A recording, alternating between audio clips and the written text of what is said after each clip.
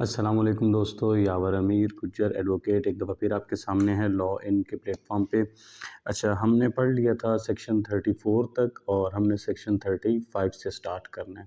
अच्छा, एक चीज़ मैंने खुद से नोटिस की है कि मेरी पढ़ने की स्पीड जो थोड़ी तेज़ है या चीज़ों को बहुत ज़्यादा एक्सप्लेन नहीं किया जा रहा, तो मुमकिन है किसी में किसी जगह पे कुछ इबहाम रह जाता है, तो हम ज़्यादा इसको अब तसल्ली से और इत्मीनान के साथ अब पढ़ने की कोशिश करेंगे ताकि जो भी चीज़ एक्सप्लेन की जाए वो अच्छे से एक्सप्लेन की जाए। क्योंकि हम इसको बिल्कुल नेचुरल वे में चल रहे हैं, कोई इसमें ऐसा तो है नहीं कि मैं कोई प्री प्लान पहले तैयारी करके कोई लेक्चर तैयार करके बैठा हूँ।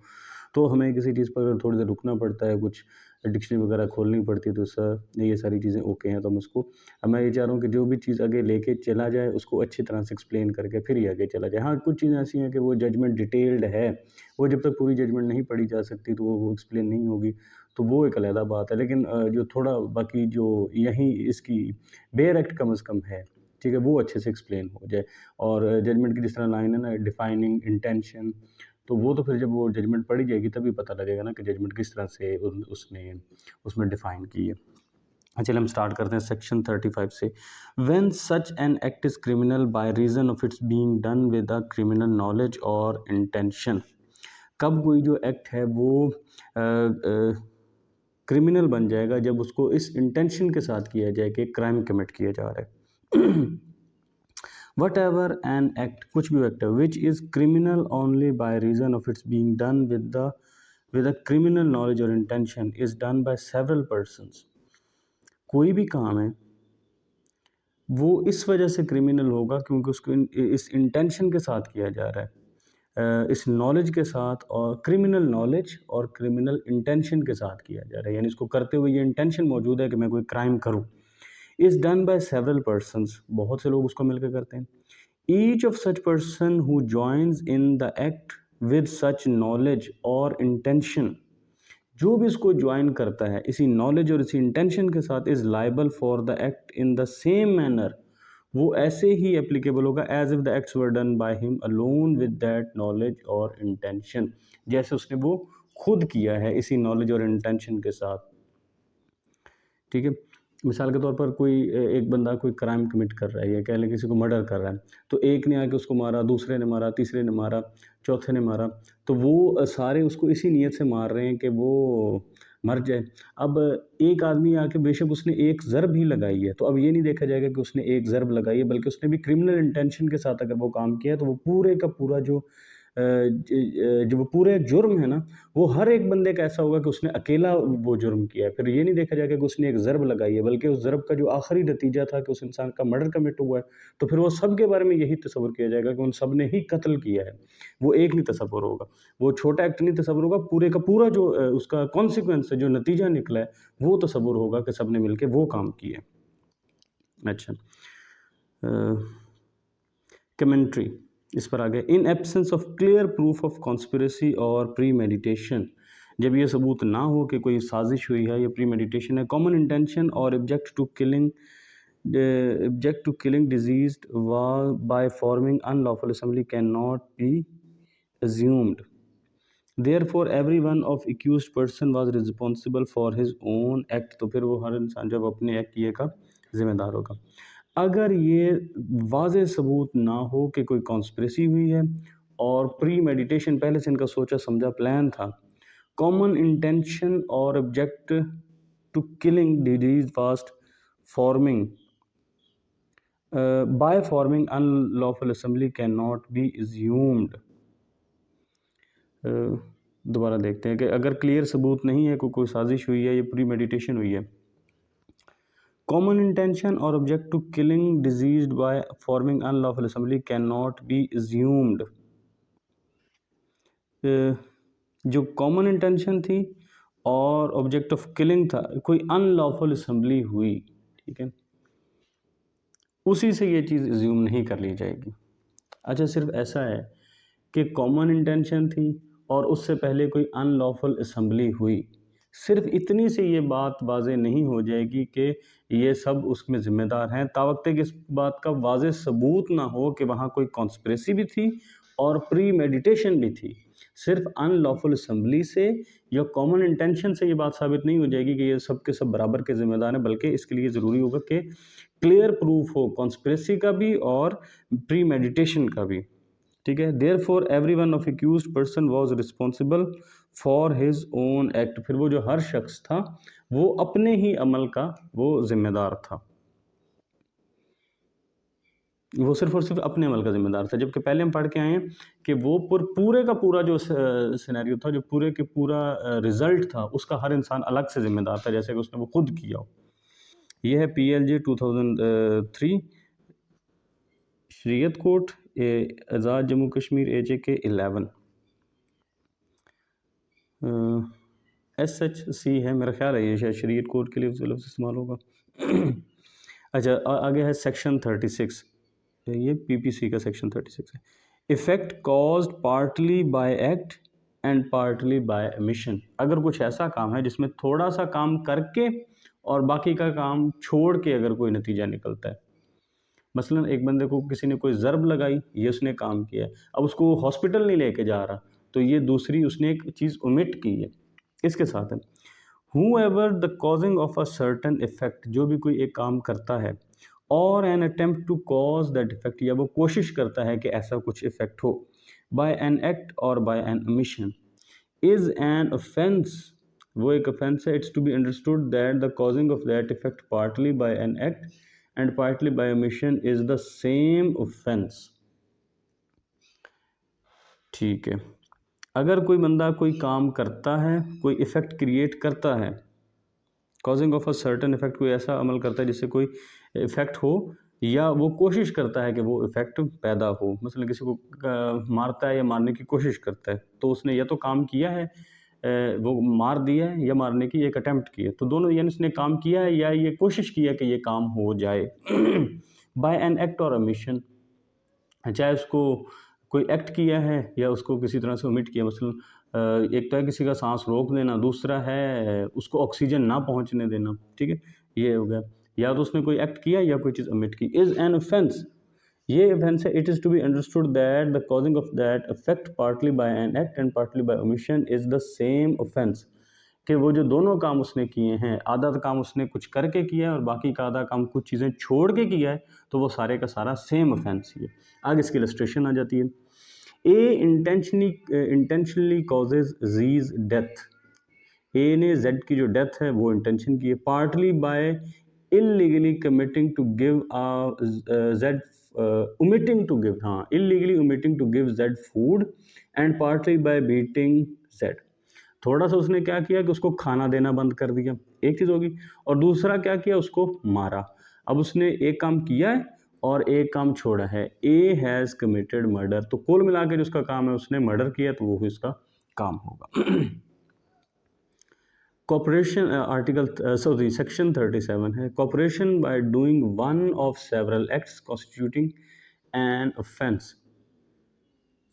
कॉपरेशन करना है, doing one of several acts, बहुत से एक्ट्स थे उनमें से कोई एक काम करने का जो मिलकर एक ऑफेंस बनाता है। मसलन एक ऑफेंस है, वो 3-4 उसको हिस्सों में बांट लिया और हर बंदे ने अपना अपना हिस्सा कमिट किया कि ताकि वो एंड पर एक ऑफेंस कमिट हो जाए।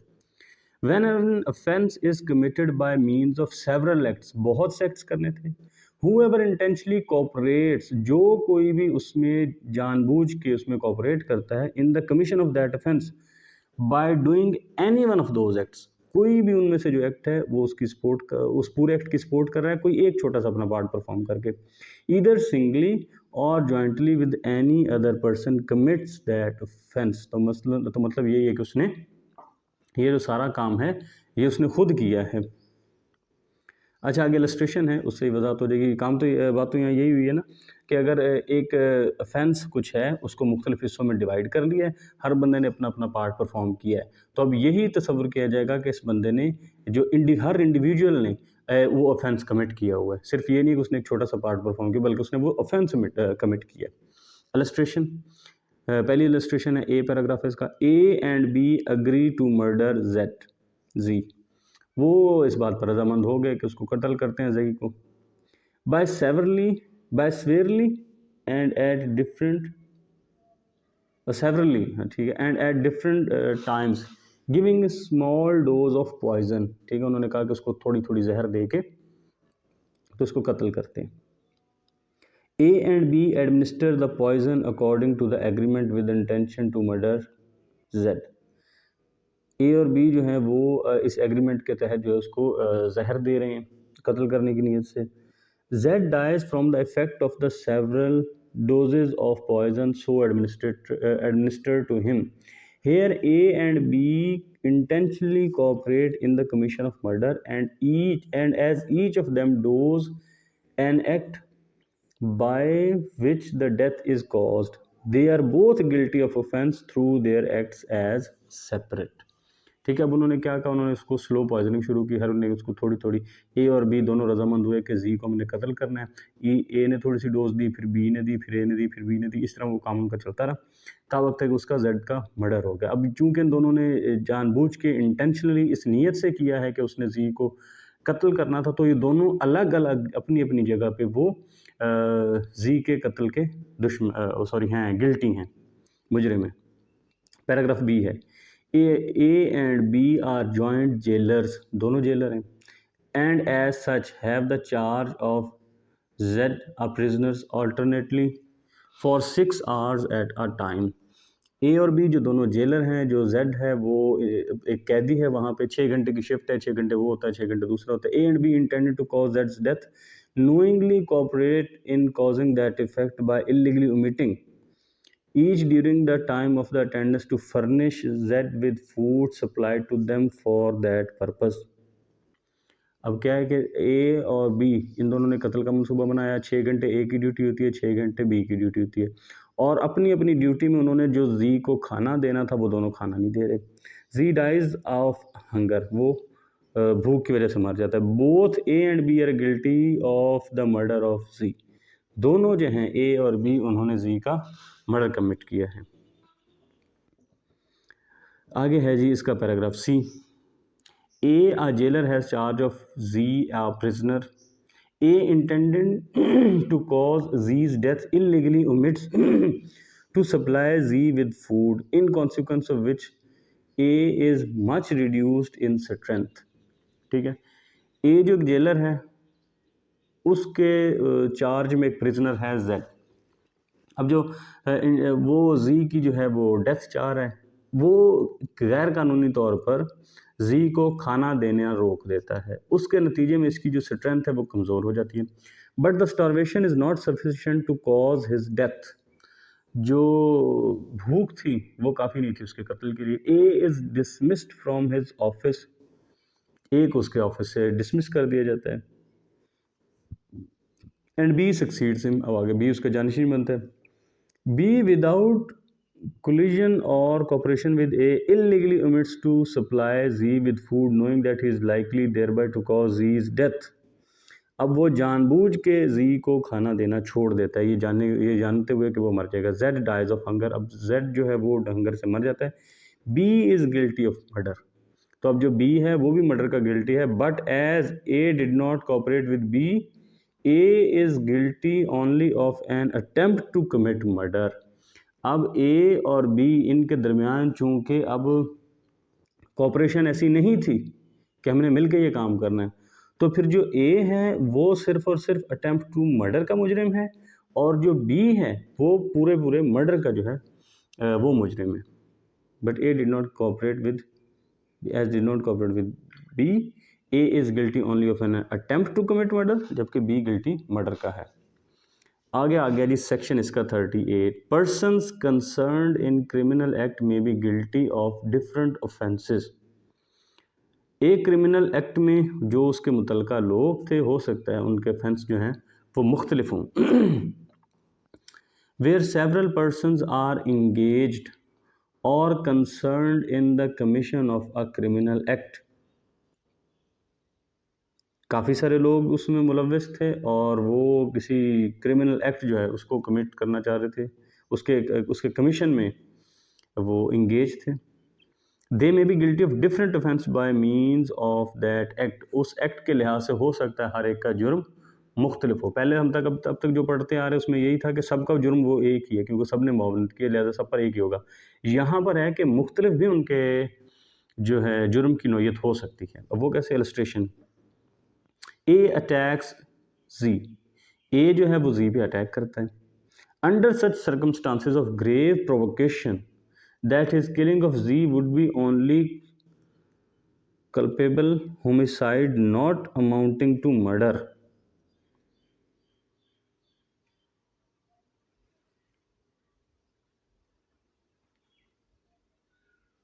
B. Having ill will towards Z and intending to kill him, and not having been subject to the provocation assists A in killing Z. Here, though A and B are both engaged in causing Z's death, B is guilty of murder, A is guilty of only of culpable homicide.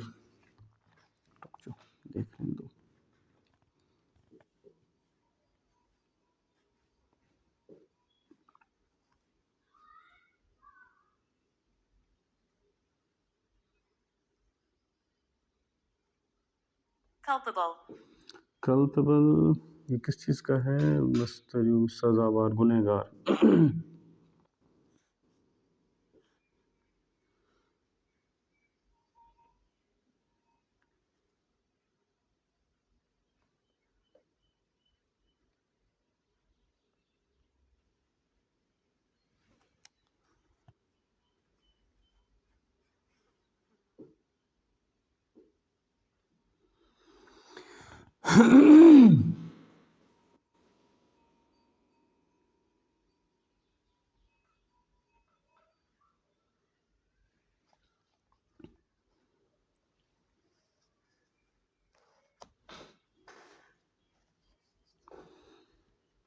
अच्छा, ए जो है उसने Z पे attack किया।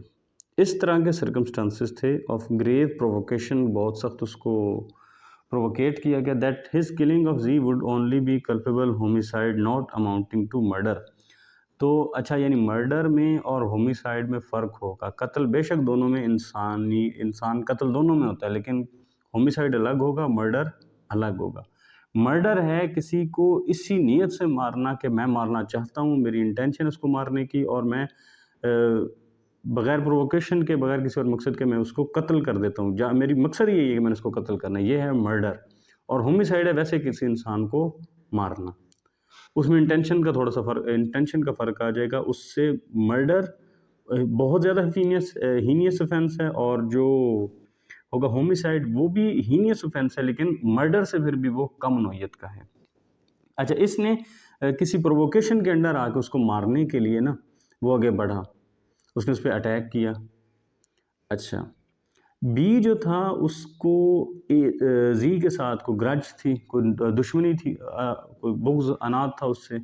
उसने B की इस तरह से हेल्प की कि वो उसको मार ही दे। अब यहाँ पर जो बी है वो गिल्टी ऑफ मर्डर है, जबकि ए है उसने सिर्फ ऐसा काम किया है कि वो एक इंसान का कत्ल करना चाह रहा था। ठीक है, इसकी इंटेंशन उतनी ज़्यादा क्रिमिनल नहीं है, जबकि बी की इंटेंशन जो है वो बहुत ज़्यादा क्रिमिनल है। लिहाजा बी गिल्टी होगा मर्डर का, और जो ए है वो होमिसाइड का, कल्पेबल होमिसाइड का गिल्टी होगा। 39 voluntarily, a person is said to cause an effect voluntarily. किस वॉलंटरली? खुद जानबूझकर, अपनी आज़ाद राय से, अपनी आज़ाद मर्जी से। उस वक्त उसको कहा जाएगा कि उसने ये काम वॉलंटरली किया है। When he causes it by means whereby he intended to cause it, जहाँ उसका एक तो मंशा था कि ऐसा हो जाए, और बाय मीन्स विच, या उसका कुछ ऐसा रास्ता इख्तियार किया। At the time of employing these means, उन चीज़ों को इख्तियार करते हुए, ही न्यू और हैड रीज़न टू बिलीव, या तो वो जानता था या उसके पास अच्छे खासे वो वजूहात थी जिससे वो यकीन करता था, to be likely to cause it, के ऐसा हो जाएगा। या तो उसने खुद इस इंटेंशन से किया कि वो जानबूझ के वो चाहता है कि इसका नतीजा यही निकलेगा, या उसको पता है कि इसका ऐसा नतीजा निकल सकता है जब वो उस तरीके को इख्तियार कर रहा था, तो फिर यही कहा जाएगा कि उसने ये काम जानबूझ के किया। आगे उसकी इलस्ट्रेशन में ज़्यादा वजाहत हो जाएगी। ए सेट्स फायर, ए जो है वो आग लगाता है, by night to an inhabited house. एक minute,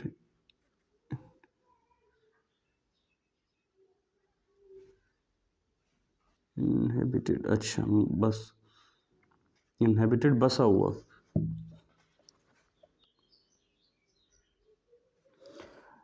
To an inhabited house in a large town for the purpose of facilitating robbery and thus causes the death of a person। ए जो है उसने एक भरे जो आबाद घर है उसको आग लगा दी ताकि किसी दूसरे को फैसिलिटेट कर सके सरके में, चोरी उसमें रॉबरी में। And thus causes the death of a person, उसमें एक इंसान की मौत आ जाती है। Here A may not have intended to cause death and may even be sorry that that has been caused by his act, yet if he knew that he was likely to cause death he was caused death voluntarily। अच्छा, ए जो है उसने घर को आग लगा दी ताकि यहाँ आके कोई रॉबरी कर सके, ठीक है। अब उसमें एक शख्स की जान चली गई। अब हो सकता है जो ए है उसकी ये उसने कभी ये ना चाहा हो कि इस किसी इंसान की मौत हो, बल्कि वो उससे खुद पशेमान हो, उसको निदामत हो कि कोई इंसान मर गया। फिर भी अगर उसको ये पता है ना कि घर में आग लगाने से कोई इंसान मर भी सकता है, तो इसका मतलब है उसने वो काम वॉलंटरीली किया, उसने वो जानबूझ कर किया। अच्छा, आगे है जी, यानी वॉलंटरीली का मतलब ये नहीं कि सिर्फ जानबूझ के किया, बल्कि करते हुए वो आगे जाके भी कहीं अगर उससे वो नतीजा निकल आता है तो भी ये समझा जाएगा कि उसने जानबूझ के किया। उसने ऐसे ज़राए इख्तियार किए कि जिसका नतीजा ये भी निकल सकता था, तो भी ये समझा जाएगा उसने ये काम ऐसे ही किया जैसे उसने जानबूझ के जानते हुए किया। आगे है सेक्शन 40, वो ऑफेंस के बारे में। Accept in the chapters and section mentioned in clause 2 and 3 of this section. इसी सेक्शन का आगे क्लॉज 2 भी है और क्लॉज 3 भी है। उसमें जो चीज़ें accept in the chapter and section mentioned in clause 2, उसमें जो 2 और 3 में जो चैप्टर और सेक्शन मेंशन किए हैं उनके अलावा the word offence denotes a thing made punishable by this code. वहाँ ऑफेंस से मुराद यही होगा कि कोई ऐसी चीज़ जिसको इस कोड के मुताबिक सज़ा दी जा सकती है उसको हम ऑफेंस कहेंगे। In chapter 4, chapter 5A and in the following section namely section अभी काफ़ी सारे 64, 65, 66, 67, 71, 109, 110, 112, 114, 115, 116, 117, 187, 194, 195, 203, 211, 213, 214, 221, 222, 223, 224, 225, 327, 328, 329, 330, 331, 347, 338, 388, 389 एंड 445। द वर्ड ऑफेंस, इन सब चीज़ों में the word offence denotes the a thing punishable under this code or under any special or local law as hereinafter defined.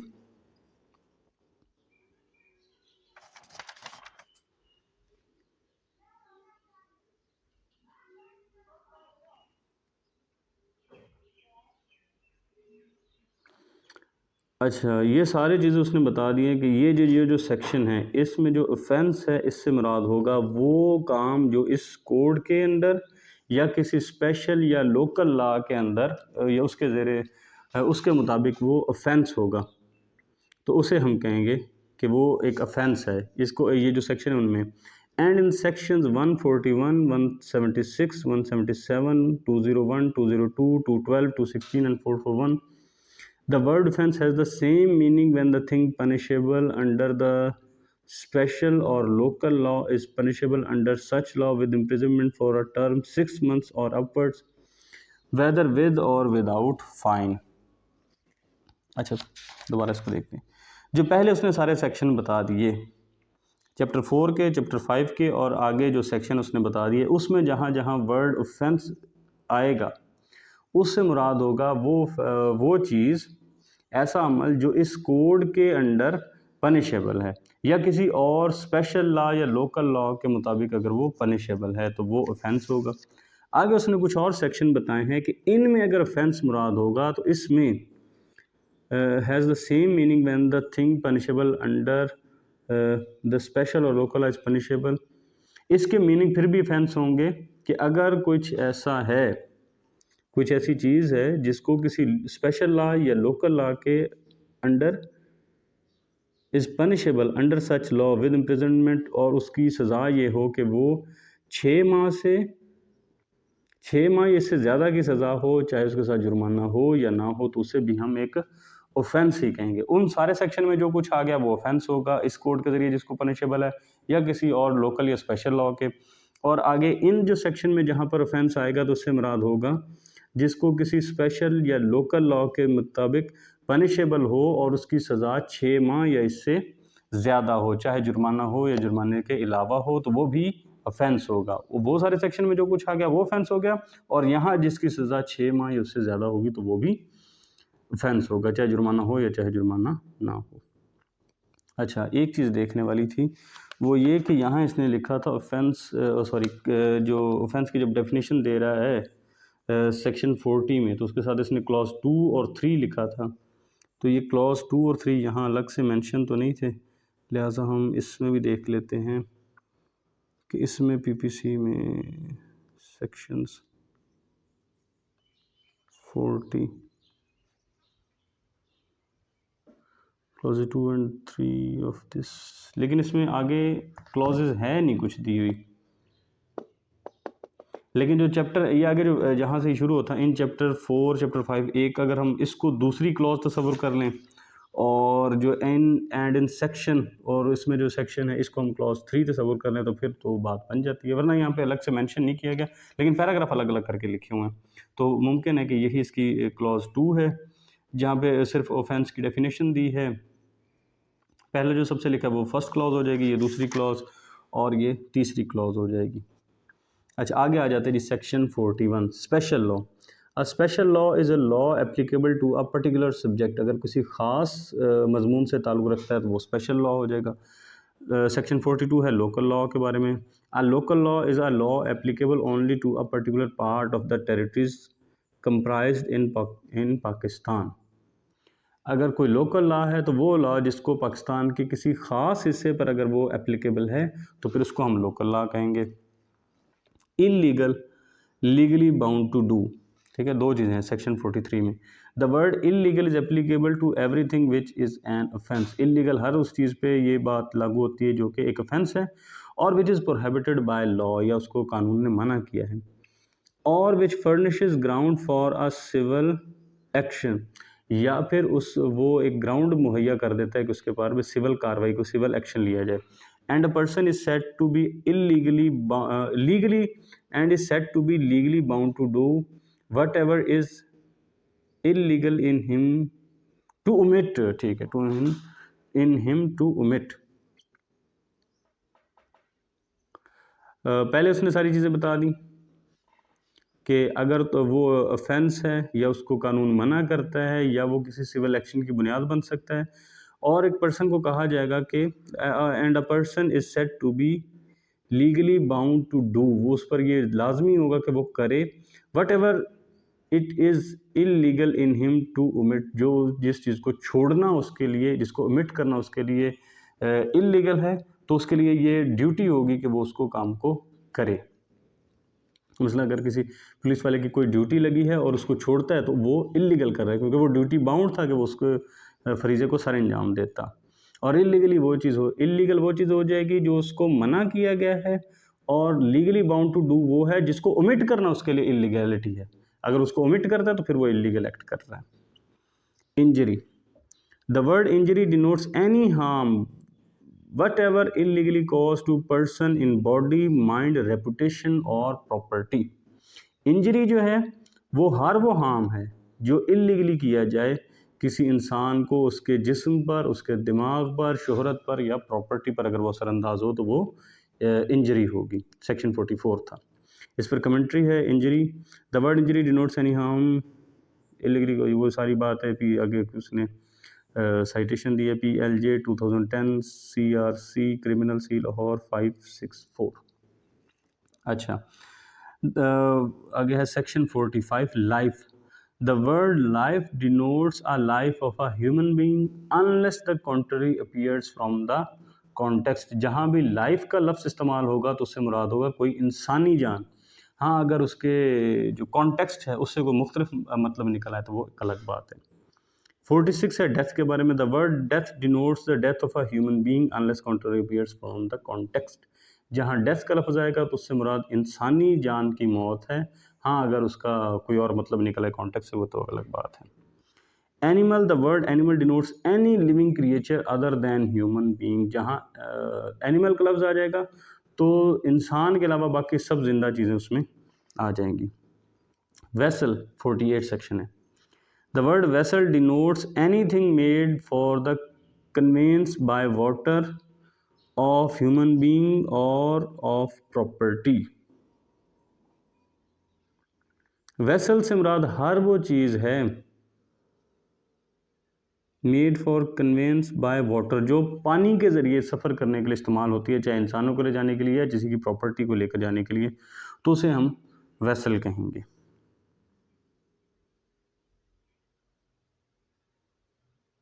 इंसानों या इंसानों की अमलाक की जो आमदरफ्त के लिए इस्तेमाल हो, कन्वेंस के लिए इस्तेमाल हो पानी में, तो फिर उसको हम वेसल कहेंगे।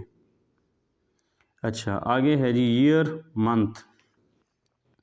What ever the wherever the word year or the word month is used, it is to be understood that the year or the month to be reckoned according to the British calendar। तो जो बरतानवी calendar है उसके मुताबिक वो देखा जाएगा महीना या साल। अगर कहीं महीना या साल का लफ्ज़ इस्तेमाल होता है तो वो ब्रिटिश कैलेंडर के हिसाब से होगा। सेक्शन 50, उसमें सेक्शन है। The word section denotes one of those portions of a chapter of this code which are distinguished by prefixed numeral figures। जहाँ जहाँ नंबरिंग की हुई है इस कोड के जितने हिस्से बनाए हुए हैं उनको नंबर दे के, तो हर जो वो नंबर वाला हिस्सा है उसको हम सेक्शन कहेंगे। 51 है ओथ।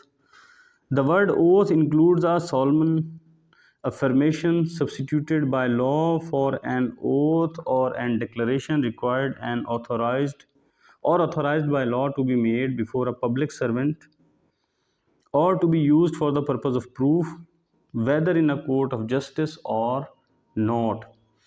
ओथ से मुराद वो सारी चीज़ें हो जाएंगी जो कसम के मुतबादिल आ जाती हैं, या फिर कुछ हैं कोई डिक्लेरेशन है जो किसी ऑथोराइज्ड किसी बंदे को जिसको लॉ के मुताबिक ऑथोराइज किया गया है उसके सामने अगर कोई डिक्लेरेशन देनी है या किसी पब्लिक सर्वेंट के मुताबिक देनी है और जिसको भी सबूत के तौर पर इस्तेमाल किया जाता है, चाहे वो कोर्ट ऑफ जस्टिस में हो या ना हो, इससे फ़र्क नहीं पड़ेगा, लेकिन उसको ओथ ही कहा जाएगा। यानी ओथ का अगर कोई मुतबादिल कानून में इस्तेमाल हो गया है या किसी के सामने किसी पब्लिक सर्वेंट के सामने पेश होकर वहाँ को डिक्लेयर करना है तो वो भी ओथ में आएगा, ये भी ओथ में आएगा। या कोई इस मकसद के लिए दिया जा रहा है कि वो बतौर सबूत पेश किया जाना है तो वो भी ओथ में आएगा, चाहे उसको आपका या अदालत में लेके जाएं या ना ले जाएं, इससे फ़र्क नहीं पड़ेगा, उसको भी कसम ओथ ही तस्वर किया जाएगा।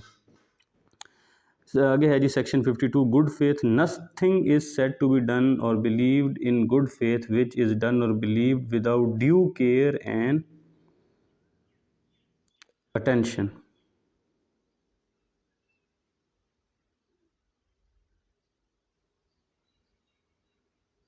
किसी भी चीज़ को, इसमें गुड फेथ को डिफ़ाइन किया गया है सेक्शन 52 में।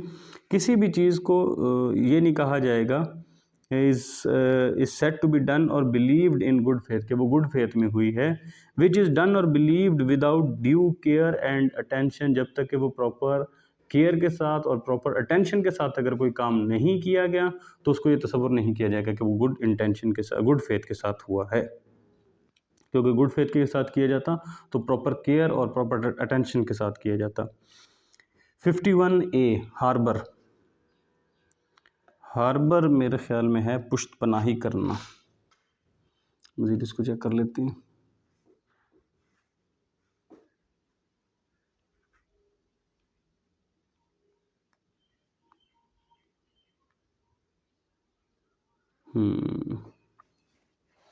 हिफाजत की जगह फ्राहम करना।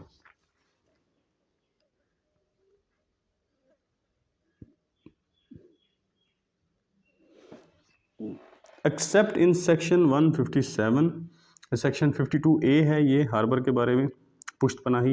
Accept in section 157 and section 130 in the case in which the harbour is given by the wife or husband of the person harbored। The word harbor includes the supplying a person with shelter, food, drink, money, clothes, arms, ammunition, or means of conveyance, or the assisting a person by any means, whether of the same kinds as those enumerated in this section or not, to evade apprehension. Harbour से मुराद सिवाय section 157 और section 130. In the case in which the harbor is given by the wife or husband of the person harbored, सिवाय section 157 के और section 130 के, अगर उसमें कोई इंसान वो पुश्तपनाही मुहैया करता है जिसको चाहे वो खामन दे या बीवी दे, हार्बर और कहाँ कहाँ इस्तेमाल होगा, यानी सेक्शन 157 में और सेक्शन 130 में वहाँ नहीं इस्तेमाल होगा हार्बर का वर्ड. उसके अलावा हर उस जगह पे हार्बर का वर्ड इस्तेमाल होगा जहाँ पे किसी को खाना दिया जाएगा, खुराक दी जाएगी, या पैसे दिए जाएं, या असलहा दिया जाए, या इस तरह की कोई भी मदद हो जो उसको पकड़ने उसको बचा सके, किसी भी तरह की कोई हो.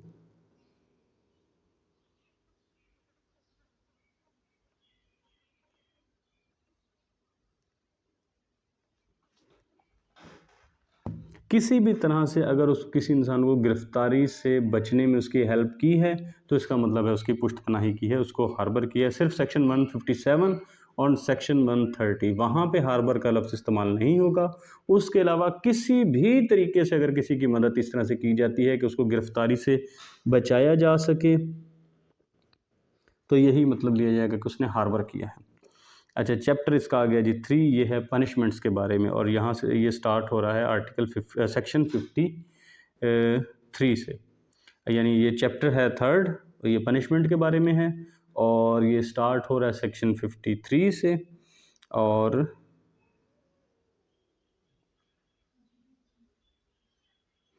The punishment to which offenders are liable under the provision of this code are, वो सज़ाएँ, the punishment to which offenders are liable, जो ऑफेंडर्स को दी जा सकती हैं इस कोड के मुताबिक, वो कौन कौन सी हैं. अच्छा, नीचे इसने दिया हुआ है कि सेक्शन 53 सब्सिट्यूट किया गया है by the criminal law amendment act 2 of 1997 को इसमें अमेंडमेंट हुई है, उसके मुताबिक इसको अमेंड किया गया हुआ है कि जो सज़ाएं इस कोड के मुताबिक दी जा सकती हैं वो सज़ाएं कौन कौन सी हैं, इस कोड के मुताबिक कौन कौन सी सज़ाओं का हकदार बन सकता है इंसान. अच्छा, वो है जी, फर्स्टली किसास, सेकंडली दियत, फोर्थली दमान, फिफ्थली ताज़ीर, sixthly death, seventhly imprisonment for life, eighthly है जी imprisonment which is of 2 description, और इम्प्रिजनमेंट है उसके आगे 2, फिर आगे किस्में हो जाएंगी, रिगरस विद हार्ड लेबर या सिंपल. नाइन्थली है फॉरफीचर ऑफ प्रॉपर्टी, और 10थली है फ़ाइन. ये 10 किस्म की सज़ाएँ हो सकती हैं, किसास, दियत, अर्श, दमान, ताज़ीर, death, imprison for life, imprisonment with 2 descriptions, इधर जो है रिगरस और सिंपल, और आगे हो जाएगा उसकी प्रॉपर्टी जब्त करना या उसको जुर्माना करना. आगे है जी commentary. Arsh means the compensation specified to be paid by offender to the victim or his heirs. अर्श से मुराद है कि वो जुर्माना, वो कंपनसेशन, वो तलाफ़ी की रकम जो अदा की जाए, जब मुआवजा जो अदा किया जाए, कंपनसेशन अदा किया जाए ऑफेंडर की जानिब से, या तो विक्टिम को या उसके जो वारिसीन हों उनको. आगे कन्फेशन के बारे में. Confession, rule of prudence in criminal cases that the court, before convicting an accused person solely on the basis of his retracted confession, must satisfy itself that confession is voluntarily and true, and further look for some other independent piece of direct or circumstantial evidence. Confession के बारे में उसने बताया कि rule of prudence in criminal cases, criminal cases में यही अक्ल का तकाजा यही है, अकली कानून यही है कि क्या किया जाए। कंट्री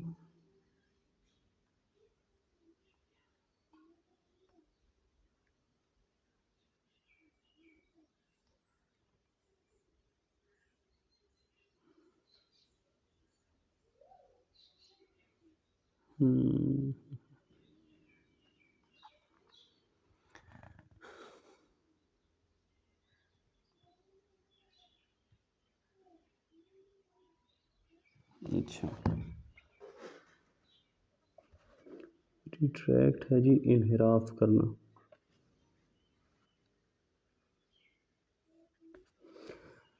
कि that the court before convicting an accuse personally solely on his retracted confession, कि उसने कोई कन्फेशन किया और उससे पहले उससे फिर वो मुकर भी गया, इनहराफ भी उसने कर लिया।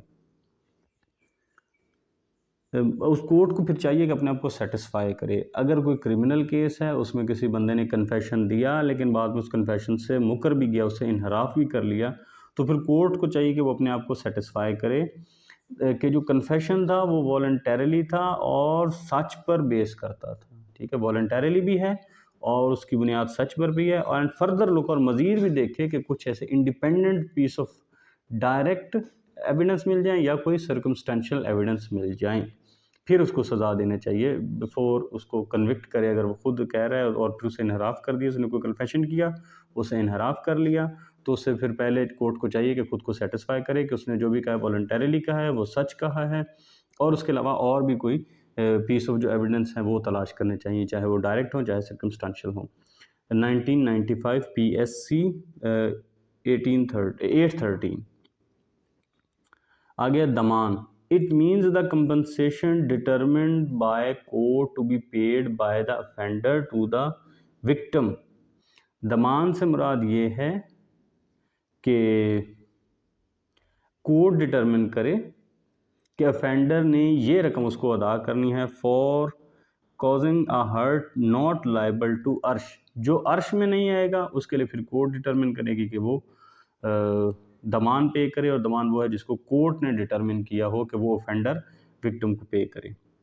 पर्पस बिहाइंड इन्फ्लिक्शन ऑफ सेंटेंस, ये जो है उसके मतलब पर्पस बताया गया है, उसको सज़ा देने के लिए जो पर्पस है, बस इतना ही लिखा हुआ है। 2006 PCRLJ 94954 FSC।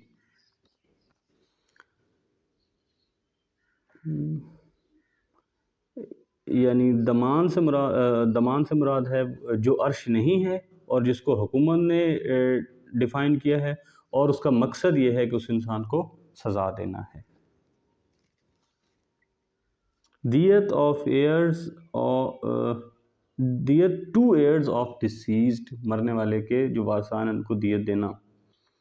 Compounding on basis of acceptance of बदले सुलह। Diyat is one of the forms of punishments specified in Section 53 PPC. But any discussion about diyat had been found by the court totally irrelevant to the case in hand, because respondent had not paid any diyat to the heirs of the deceased, but he had in fact paid badale sulah for the purpose of compounding of offense. दोबारा देखते हैं इसको। दियत जो है वो जो मरहूम है उसके वारसान को अदा करना। Compounding on basis of acceptance of बदले सुलह, उनका आपस में सुलह होगी इसलिए कि वो बदले सुलह ले कर रहे हैं, कुछ ऐसी शराइत तय कर रहे हैं जिसके बदले वो सुलह कर रहे हैं। दियत is one form of punishment, तो दियत फिर उसमें से एक पनिशमेंट है जो सेक्शन 53 PPC में दी गई है। बट एनी डिस्कशन अबाउट दियत had been found by the court totally irrelevant to the case in hand, लेकिन जो उस वक्त केस मौजूद था उसमें इस डिस्कशन को, दियत वाली डिस्कशन को बिल्कुल इररेलेवेंट हो गई, because respondent had not paid any दियत to the heirs of the deceased, क्योंकि उसने जो मरने वाले के वारसीन थे उनको कोई उसने दियत नहीं अदा की। But he had in fact paid बदले सुलह for the purpose of compounding of offence, बल्कि उसने जो था बदले सुलह में उसने कुछ पे किया था, उसने दियत अदा नहीं की थी। PLJ 2011 supreme court 280। यानी इससे हमें ये समझ लग रही है कि बदले सुलह में अगर कोई चीज़ दी जाए तो वो अलग होगी, एक प्रॉपर दियत के तौर पर अगर कोई चीज़ दी जाएगी तो वो अलग होगी। अच्छा, executive magistrate empowered to try offence falling under chapters 7, 10, 13 and 14. PPC offence is punishable with imprisonment for a term not exceeding 3 years, triable by executive magistrate. अब इसमें जो एग्जेक्टिव मजिस्ट्रेट है उसकी पावर्स डिफाइन की गई हैं कि वो उन ऑफेंसेस को ट्राई कर सकते हैं जो चैप्टर 7, 10, 13 और 14 में आ रहे हैं पीपीसी के, या उन ऑफेंसेस को जिनकी सज़ा 3 साल से ज़्यादा नहीं है, इनको एग्जेक्टिव मजिस्ट्रेट सब ट्राई कर सकते हैं। PLJ 1998, supreme court 27। आगे है जी फाइन।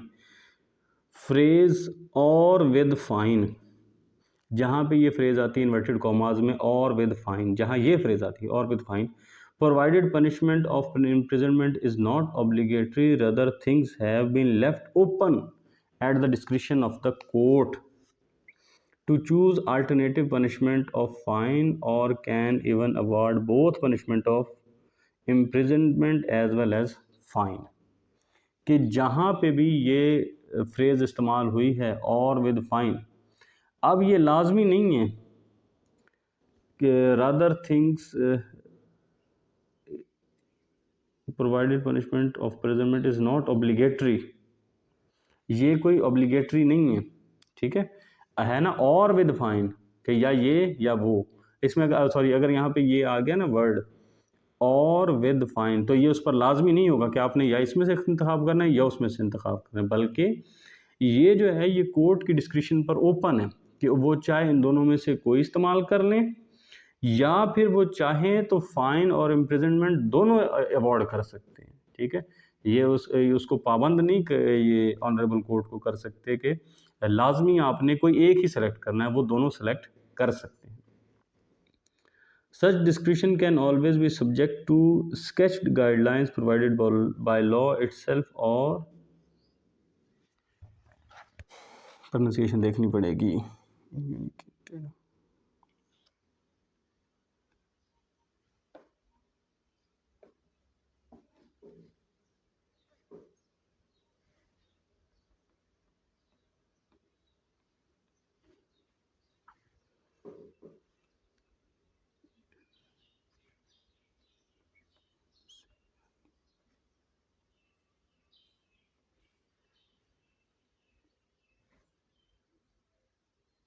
Enunciate.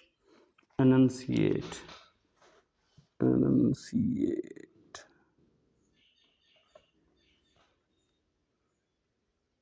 फिर मतलब जाहिर करना, ऐलान करना किसी चीज़ को।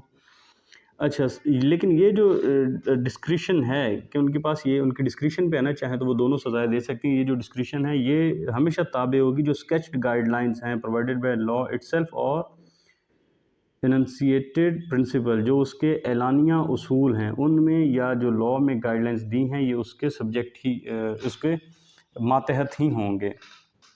दोनों सज़ाएं दे सकते हैं लेकिन मातहत होंगे जो उसको गाइडलाइंस वगैरह उनको प्रोवाइड की गई हैं। PLD 2019 कराची 5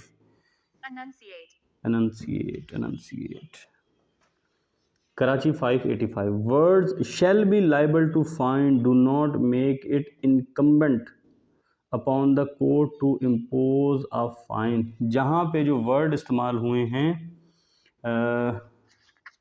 लाइबल के, इनकम्बेंट या इनक्यूम्बेंट, इससे मुराद होता है कि कोई बंदा अगर अभी अपने ऑफिस में है तो उसको हम कहेंगे इनक्यूम्बेंट। इनकम्बेंट का मुराद है जो उस पर वाजिब है, फ़र्ज़ है। या ये लफ्ज़ तब भी इस्तेमाल होता है जब किसी को बताना हो कि अभी भी वो अपने ऑफिस में हैं। अभी मसलन जो करंट अगर कोई पोजीशन होल्ड कर लें तो उसको भी हम कहते हैं इनकम्बेंट हैं। जहाँ पे ये अल्फाज इस्तेमाल हुए shall be liable to fine के उसको जुर्माने की सज़ा की जाएगी, ये कोर्ट को इस बात पर कोर्ट पर फ़र्ज़ नहीं हो जाता कि वो लाजमी फ़ाइन करें। PLJ 1978 supreme court 189।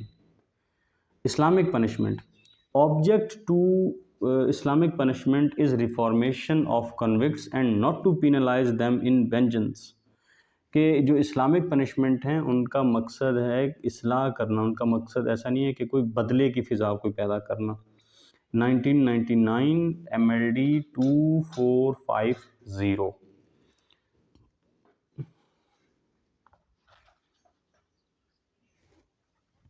जो एक और लफ्ज़ आ गया नहीं।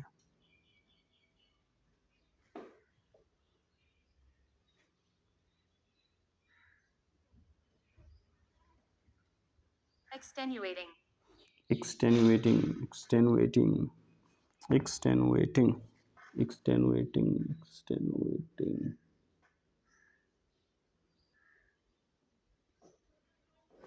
इसका मुराद है कि extenuating, no extenuating circumstances being available, convict not entitle. Extenuating होंगी, एक्सटेनुएटिंग का मतलब ये है मिटिगेटिंग के जो है ना, किसी चीज़ को कम करना, उसमें तखफीफ कर देना, उसके असर को कम करना।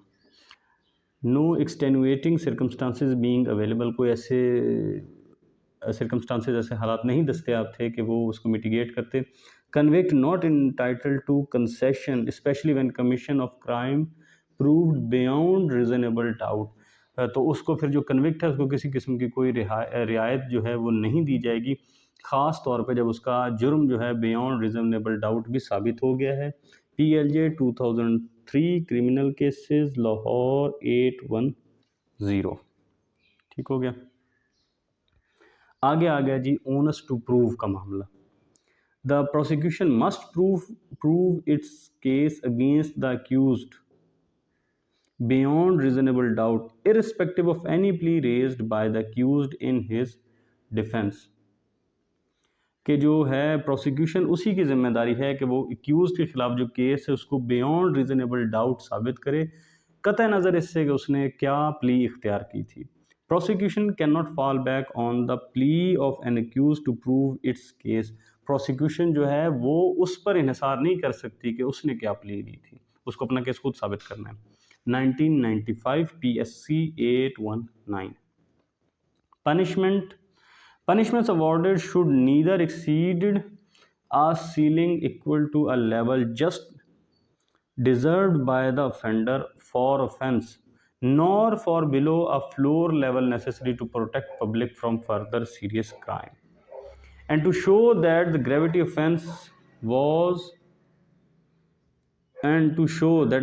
of offense was depreciated। ठीक हो गया कि जो पनिशमेंट दी जाएं वो ना तो जो मेयार तय किया हुआ है उससे ज़्यादा हो, जितनी वो सज़ा डिज़र्व करता था उसको उतनी ही सज़ा मिलनी चाहिए, जिसका जितना जुर्म हो उसको उतनी सज़ा मिले, उससे ज़्यादा ना मिले, और ना उससे कम सज़ा मिले कि कल को फिर मुआशरे में उस तरह के और ना उससे कम सज़ा दी जाए, ठीक है, ताकि मुआशरे में मज़ीद होने वाले जराइम को रोका जा सके, और ना ऐसा कुछ हो, and to show that the gravity offence was depreciated, के उसका जो ऑफेंस की ग्रेविटी है उसको डेप्रीशिएट किया जाए। रुको इसको दोबारा देखते हैं।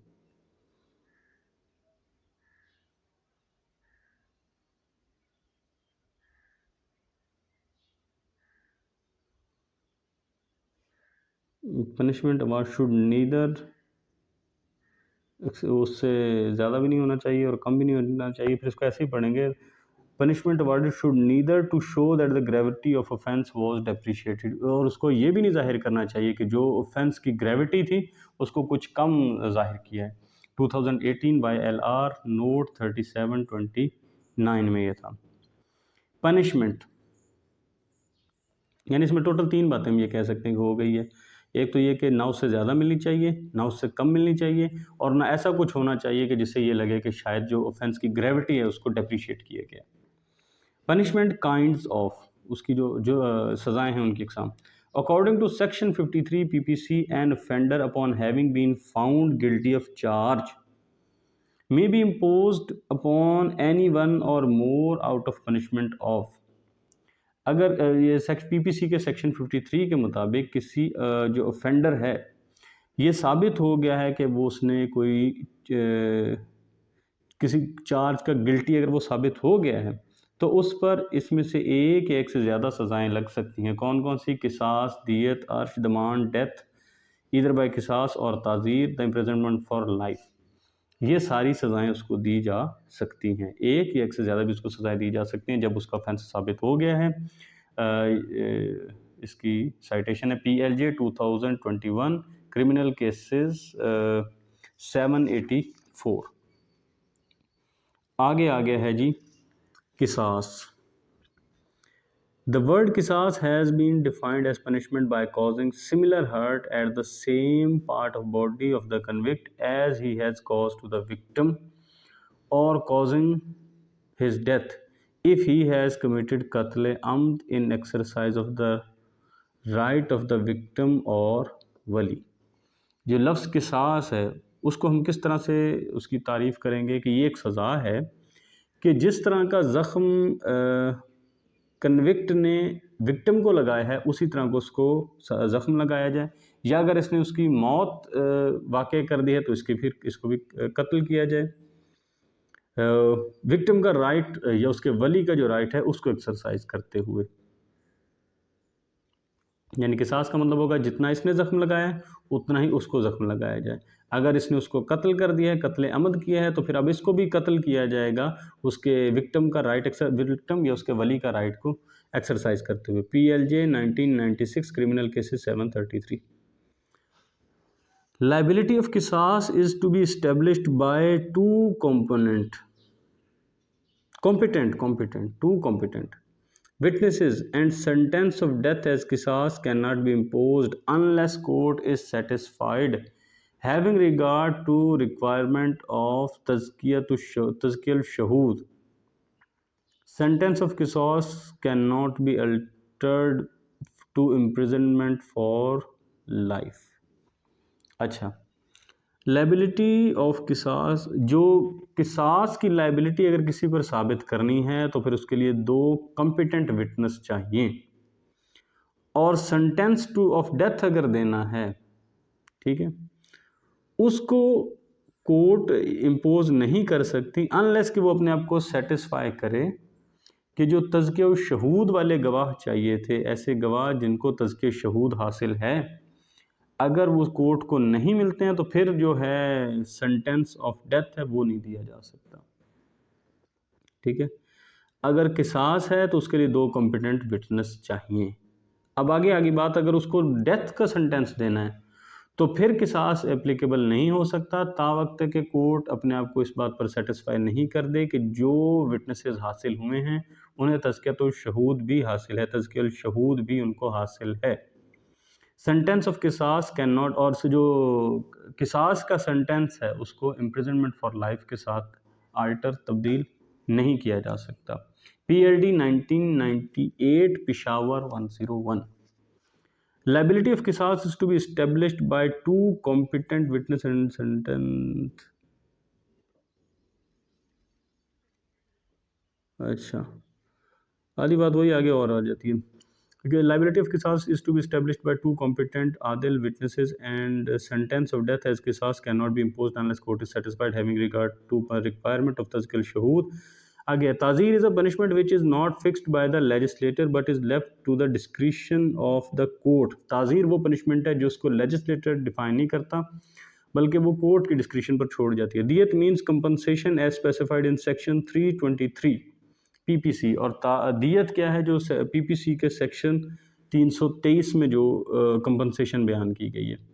The court shall subject to the injunction of Islam as laid down in the holy Quran and Sunnah and keeping in view the financial position of the convict and the heirs of the victim fix the value of दियत which shall not be less than the value of 30,630 grams of silver। अब ये क्या है, कहाँ से शुरू करना है? एक तो है दियत है, वो तो जो दियत वो चीज़ है जो स्पेसिफाई की है सेक्शन 323 PPC में, और जो कोर्ट है, ठीक है, पहली दफ़ा मैं हाईलाइटर इस्तेमाल करूँ, ये किस चीज़ पे आया है?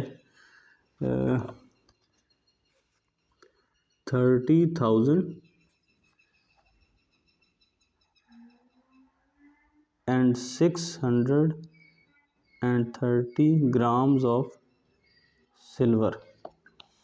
दियत जो है वो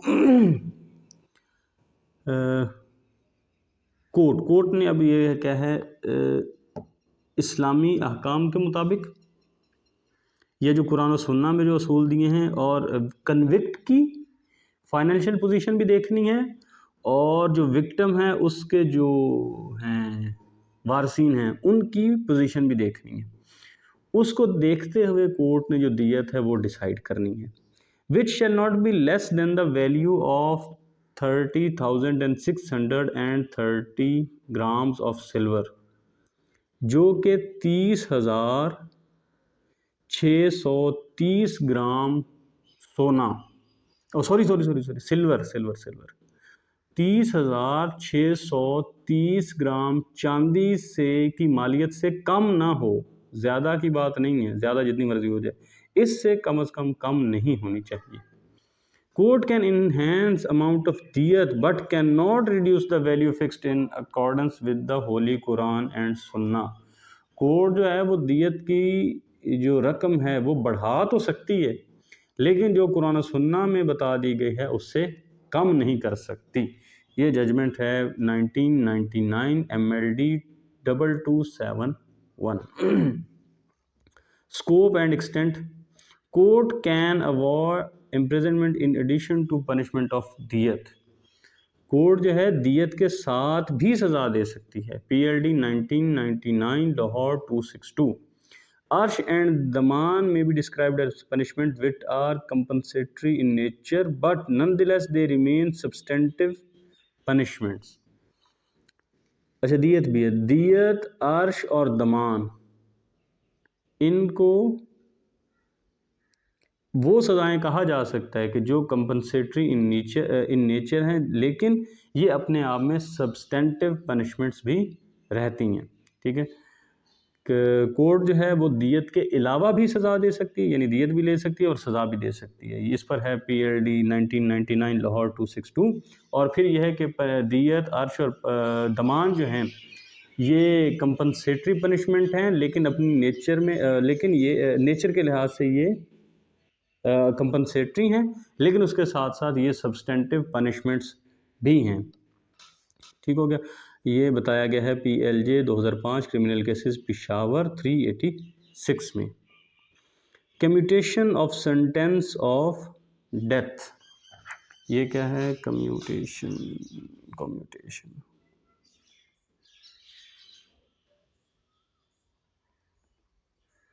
मबादला, मुतबादिल, अल्टरनेट। ठीक है, ऑफ सेंटेंस ऑफ नहीं, हाँ ठीक है। सेक्शन 54 हम पढ़ रहे हैं। Commutation of sentence of death, उसके कोई मुतबादिल सज़ा जो है ना, सज़ाए मौत के मुतबादिल सज़ा। In every case in which sentence of death shall have been passed, हर वो केस जिसमें मौत का फैसला किया गया चुका है। The federal government of the provincial government of the province within which the offender shall have been sentenced may without the commence of consent of offender commute the punishment for any other punishment provided by this court। Section 54 ये कहता है कि अगर किसी इंसान के बारे में मौत की सज़ा का तयन हो चुका है, उसको अवार्ड हो चुकी है, लेकिन जो फेडरल गवर्नमेंट है या सूबाई हुकूमत जहाँ पे वो रहता है, ठीक है, जहाँ पे वो रहता है, शेल के साथ, मैंडेटरी प्रोविजन के साथ, within which the offender shall have been sentence, जहाँ उसको सज़ा हुई है, रहता नहीं, सॉरी रहता नहीं है, जहाँ पे उसको सज़ा हुई है, the offender shall have been sentenced में, आगे में है, उसकी सज़ा के कंसेंट के बग़ैर भी जो उसकी पनिशमेंट है उसको किसी दूसरी पनिशमेंट के साथ तब्दील कर सकती है, और वो पनिशमेंट वो होगी जो इस कोड में मौजूद है। यानी हर वो सज़ा, हर वो ऑफेंस, हर वो केस जिसके अंदर किसी को मौत की सज़ा हुई है, उसमें फेडरल गवर्नमेंट या वो सूबाई हुकूमत जहाँ पे उसे ये सज़ा हुई है उसके पास अब ये इख्तियार है कि वो इस सज़ा को किसी दूसरी उस सज़ा से तब्दील कर दे जो इस कोड में लिखी हुई है। यानी एक तो मौत की सज़ा है, उसके अलावा कोई और जो सज़ा यहाँ पे लिखी हुई है उसके साथ उसको तब्दील किया जा सकता है। आगे क्या है, provided that in a case in which sentence of death shall have been passed against an offender convicted for an offence of कत्ल, such sentence shall not be commuted without the consent of the heirs of the victims। अब उसमें एक शर्त लगा दी गई है कि एक ऐसा केस जिसमें मौत की सज़ा तो पास हुई है ऑफेंडर को और उसने किया भी कत्ल है, तो अब उसके सेंटेंस को किसी और के साथ तब्दील नहीं किया जा सकता ता वक्त कंसेंट ना हासिल कर ली जाए जो वारसीन थे, जो विक्टिम के वारसीन थे, जब तक कि उनकी कंसेंट नहीं हासिल हासिल नहीं की जाती तब तक उसको नहीं कम्यूट किया जा सकता, तब्दील नहीं किया जा सकता। यानी वैसे तो सब में कर सकती है, लेकिन अगर उसने कत्ल किया है तो उसके जो वारसीन हैं उनकी इजाज़त के बगैर इसको कम्यूट नहीं किया जा सकता। Commentary, repugnancy of injunctions to injunctions of Islam. Provision of Section 54 PPC and Section 401, 402, 402A, 402B CRPC insofar as they empower the central government and provincial government to commute the sentence of death in case of Qatl Ahmad and Jurul Amd or in any other offence violating the Hukukul Ibad and repugnant to Islam to the injunctions of Islam। ठीक है।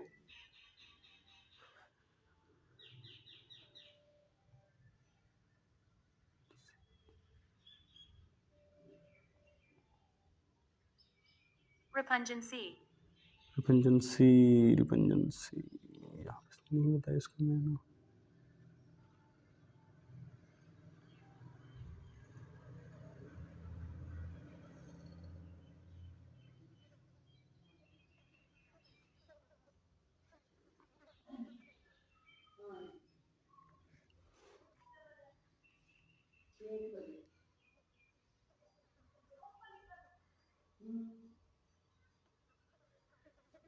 अच्छा, रिपेंडेंसी to injunctions of इस्लाम के ये चीज़ें इस्लाम की जो injunctions हैं उनके ख़िलाफ़ हैं। अब वो क्या कहता है कि जो ये एक फ़ैसला आया हुआ है PALD 1989 सुप्रीम कोर्ट 633 उसका ये फ़ैसला आया हुआ है कि जो यहाँ पे लिखा गया ना कि सेंट्रल गवर्नमेंट या जो सूबाई हुकूमत है वो मौत की सज़ा को बदल सकती हैं। दरअसल ये कत्ल अम्द या जुर्म अम्द में किसी सज़ा को बदल सकती हैं। ये फ़ैसला जो है ये वायलेट करता है हकूक़ुल इबाद की और इस्लामिक जो इंजंक्शंस हैं उसके ये ख़िलाफ़ है। ये होल्ड किया गया, ये इसमें कमेंट्री में बताया गया। चले, हमने आज की जो इस वीडियो है इसमें हमने सेक्शन 54 तक हमने कवर कर लिया है। ये जो लास्ट हमने पढ़ा है इसमें ये है कि ये कुछ प्रोविजंस बताई हुई हैं। एक तो है PPC की 54 सेक्शन और आगे CRPC की जो 401, 402, 402A, 402B ये सारी एक फ़ैसला आया है उसमें ये बताया गया कि ये जो आपने एम्पावर कर दिया सेंट्रल और प्रोविंशियल गवर्नमेंट को कि वो मौत की सज़ा को बदल सकते हैं। ये दरअसल इस्लामी जो इंजंक्शंस हैं उनके उनसे मुतसादिम ये कानून है, ये फ़ैसला है। इस पर हम अपनी आज की वीडियो का अख्ताम करते हैं। इंशाल्लाह जो नेक्स्ट वीडियो होगी वो हम सेक्शन 55 से स्टार्ट करेंगे। तब तक अपना बहुत सा ख्याल रखिएगा। अल्लाह हाफ़िज़।